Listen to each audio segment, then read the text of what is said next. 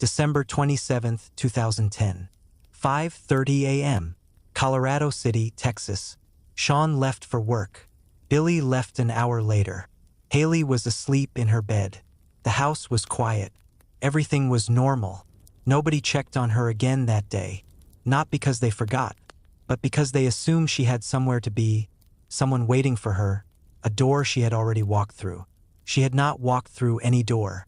If this case already has you curious, make sure you're subscribed because it only gets more disturbing from here. Colorado City, Texas. Population just under 4,000. The kind of town where people know your name before they know your face, where the same families have lived on the same streets for generations, and where a 13-year-old girl walking alone in broad daylight would not go unnoticed. That was the assumption, anyway. Haley Dunn was not a quiet presence. She played volleyball, basketball, and softball. She was a cheerleader. She played saxophone. Her friends said she was never afraid to speak her mind, and her father, Clint, described her as a tomboy who somehow also loved glittery and pretty things. Two qualities that seemed to contradict each other, but somehow made her exactly who she was. She was the kind of kid people remembered after meeting once. Her parents had separated when she was 10. Haley and her older brother David went to live with their mother, Billie Jean Dunn, and Billy's boyfriend, Shawn Atkins, on Chestnut Street. Her father, Clint, lived directly across the road.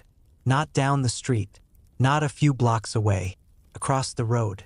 Haley stopped by his house every single day, before school, after practice, sometimes just to say hello before heading back home for dinner.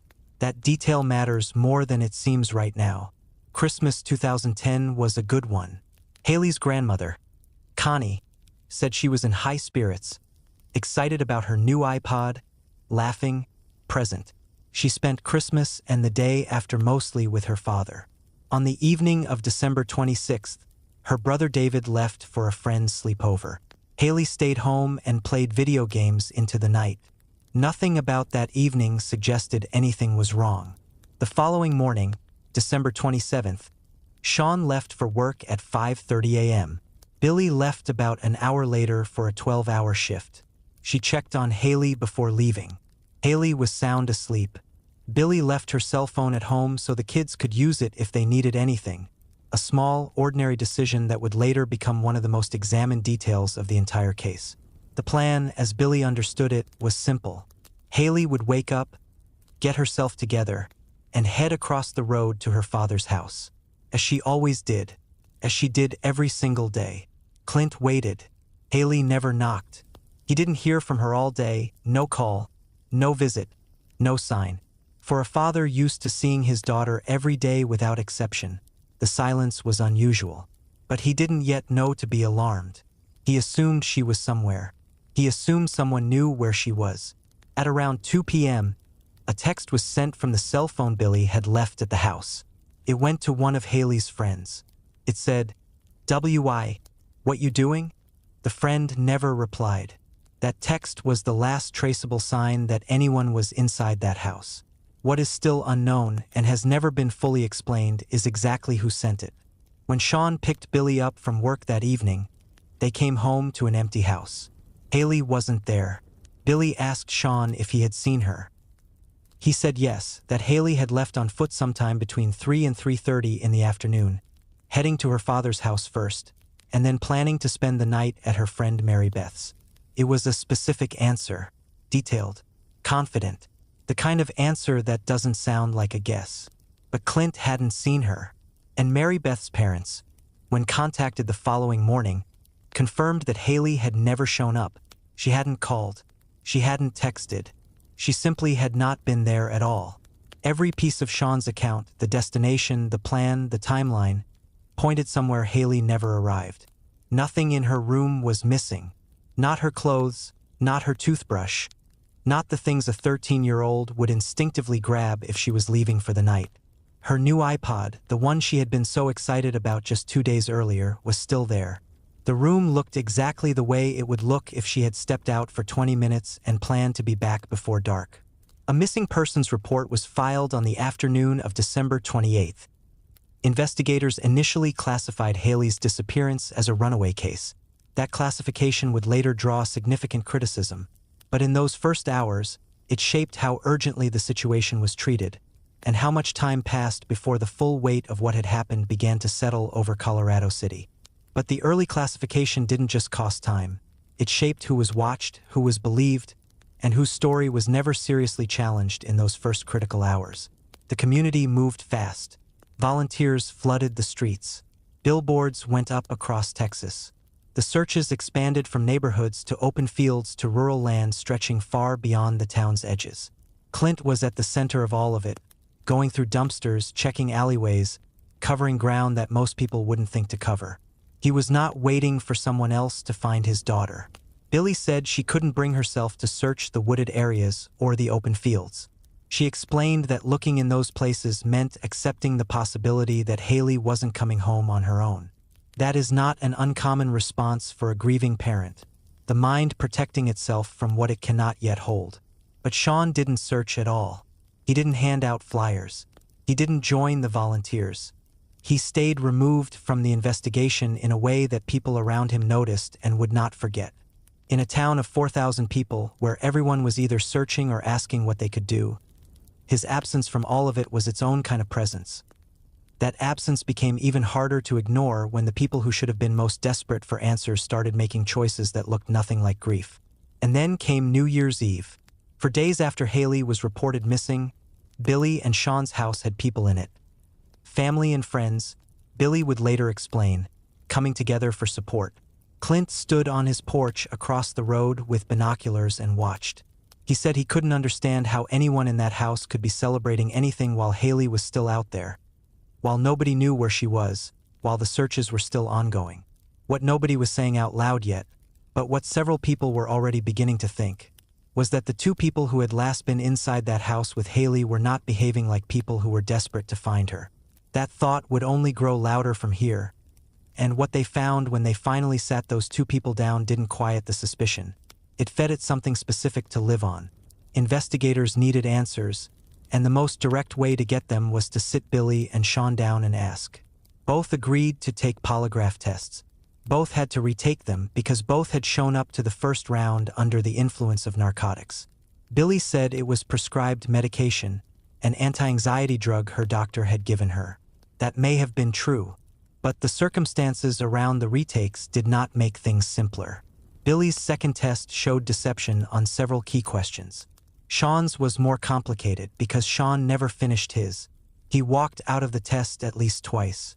On the third attempt, he completed only the first stage before stopping again. He told investigators he felt the process had become a witch hunt, that they were trying to force a confession out of him for something he hadn't done.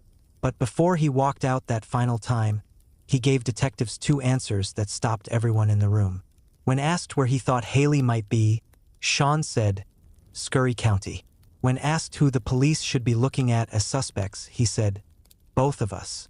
The test confirmed both answers were truthful. Then he refused to explain either one, stood up, and left.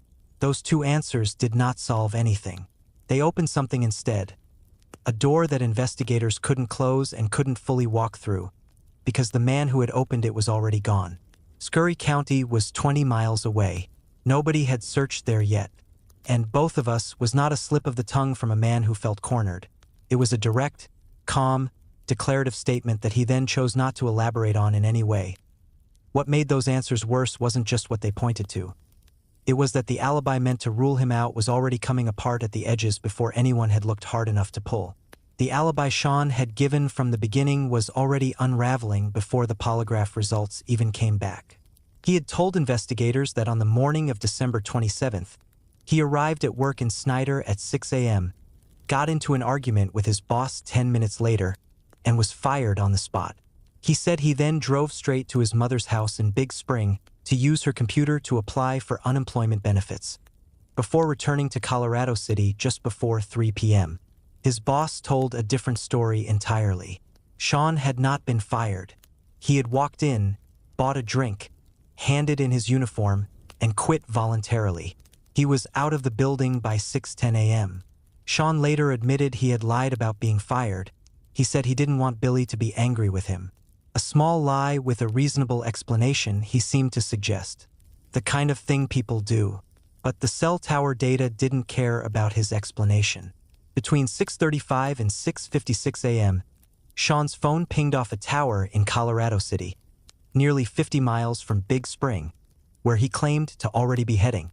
The data eventually placed him in Big Spring, but not until between 9:38 a.m. and 2:40 p.m., which meant there was a gap, a window of several hours that morning where Shawn's phone put him somewhere his alibi said he wasn't, doing something he has never accounted for.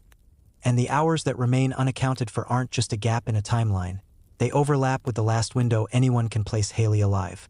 He told police he was back in Colorado City by 3 p.m. Cell data showed he was still in Big Spring at 2:40 p.m. That left him a 20-minute window to complete a 40-mile drive. What Shawn was doing in Colorado City that morning, before the cell towers place him leaving, has never been fully explained. If you're still watching at this point, drop a comment saying, "I'm still here. I want to know who's really following this story." Haley's brother David returned home on the afternoon of December 27th at around 4 p.m. The front door was locked. He knocked for a while and got no answer, so he eventually climbed in through a window. When he got inside, he found Shawn standing in the hallway. David said Shawn looked like a deer in headlights. That phrase is worth sitting with for a moment. Not because it proves anything, but because David was 16 years old, and that was the image his mind reached for when he tried to describe what he saw on his stepfather's face in that hallway. Not surprise. Not the ordinary startled expression of someone who didn't hear a knock. Something closer to the look of a person who had been caught mid-thought, mid-movement, mid-something that didn't have a clean name yet. Shawn had told police he arrived home just before 3 p.m. and spoke to Haley at 3:15 before she left. If that timeline was accurate, Haley had been gone for nearly an hour by the time David climbed through that window. The house should have felt empty. Shawn should have been settled. Instead, David found him standing in the hallway, frozen, in a house that was supposed to have only one person in it. What David saw in that moment didn't fit any version of events Shawn had given, and investigators knew it because they had already found things inside that house that reframed everything. Nobody has ever fully explained what Shawn was doing in that hallway. The people around Haley had been noticing things about Shawn long before she disappeared. Her friends said she didn't like him. Her family said she was afraid of him. But it was what Haley told her grandmother Connie that was hardest to set aside. That she would wake up in the middle of the night and see Shawn's shadow outside her bedroom door, standing there, not moving, just present in the dark in a way that terrified her. She told Connie this more than once. It was not a passing complaint. It was something Haley kept coming back to, something that had settled into her daily life as a fear she had learned to live with. That detail had been sitting with investigators the entire time. And as the case deepened, what they found inside the house gave that detail an entirely different weight. Detectives discovered that Billy and Shawn had printed hundreds of articles from the internet, all of them focused on serial killers, sexual sadism, and murders committed within families.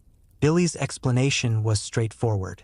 She said they were interested in true crime, that plenty of people read about those things, that it didn't mean anything beyond curiosity. And she wasn't entirely wrong. True crime is not a niche interest, and reading about dark subjects is not evidence of anything on its own. But what was on the memory stick wasn't curiosity, and what happened after it was found raised questions about the investigation itself that have never been fully answered.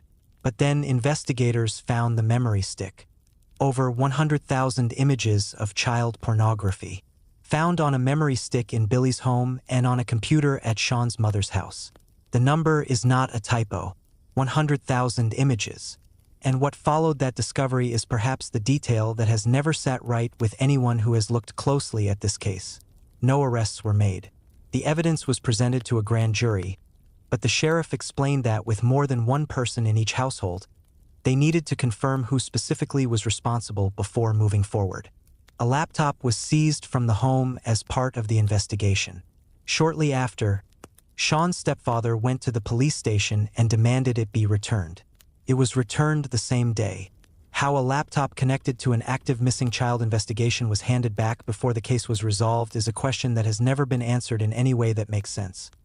What walked out of that station with the laptop was more than a device. It was whatever was on it and whoever had decided it could leave. By early 2011, The investigation had a name attached to it in an official capacity. Shawn Atkins was declared a person of interest. Not a suspect, a person of interest. A distinction that, in practice, meant investigators believed he was connected to Haley's disappearance without yet having what they needed to charge him. He denied any involvement. Life, in a technical sense, continued. David was removed from the home by Child Protective Services. Billy was arrested in March 2011, not for anything directly connected to Haley, but for lying to police about Shawn's whereabouts. Officers had come to the house to speak with him. Billy told them he wasn't there. When they entered on a warrant, they found him hiding inside. She was sentenced to a suspended 90-day jail term and a year's probation, which she served over 250 miles away in Travis County, where she had since moved with Shawn. The couple eventually separated in 2012. Billy later said that she began to believe Shawn was involved in Haley's disappearance after both local police and the FBI confirmed he was a person of interest. That statement, coming from the woman who had lived with him, covered for him, and moved cities with him after her daughter vanished, is one of the most difficult parts of this case to sit with. Not because it is unbelievable, but because of everything it implies about the years that came before it. The searches continued through 2011 and into 2012. Volunteers returned when tips came in, combed the same ground again, and found nothing.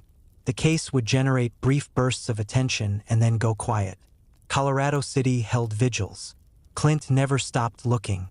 And the rest of the world, slowly, began to move on in the way the rest of the world always does when a case stops producing new information. Then came March 16, 2013. A hiker found human remains near Lake J.B. Thomas in Scurry County, 20 miles from Colorado City. The same county Shawn had pointed to during his polygraph, in the only answer he ever gave that the test confirmed was truthful. The remains were sent to the University of North Texas Center for Human Identification. Investigators waited. The family waited. And on April 26, 2013, the Scurry County District Attorney's Office received written confirmation that the remains belonged to Haley Dunn. She had been out there for more than 2 years. The cause of death was not officially confirmed, but Clint said investigators told him Haley had most likely died from blunt force trauma. She was 13 years old. She had been missing since the morning after Christmas, and for over 2 years her father had been searching fields, checking dumpsters, and standing on his porch with binoculars, while she was 20 miles away, in the exact county the last person to see her alive had quietly named. The family waited for more years after that to bury her. Haley Dunn was finally laid to rest in January 2017. More than 6 years after she disappeared, nearly 4 years after she was found. The reasons for that delay have never been fully or publicly explained. While his daughter waited to be buried, the person investigators believed responsible was building something that looked, from the outside, like an ordinary life. Clint did not stop.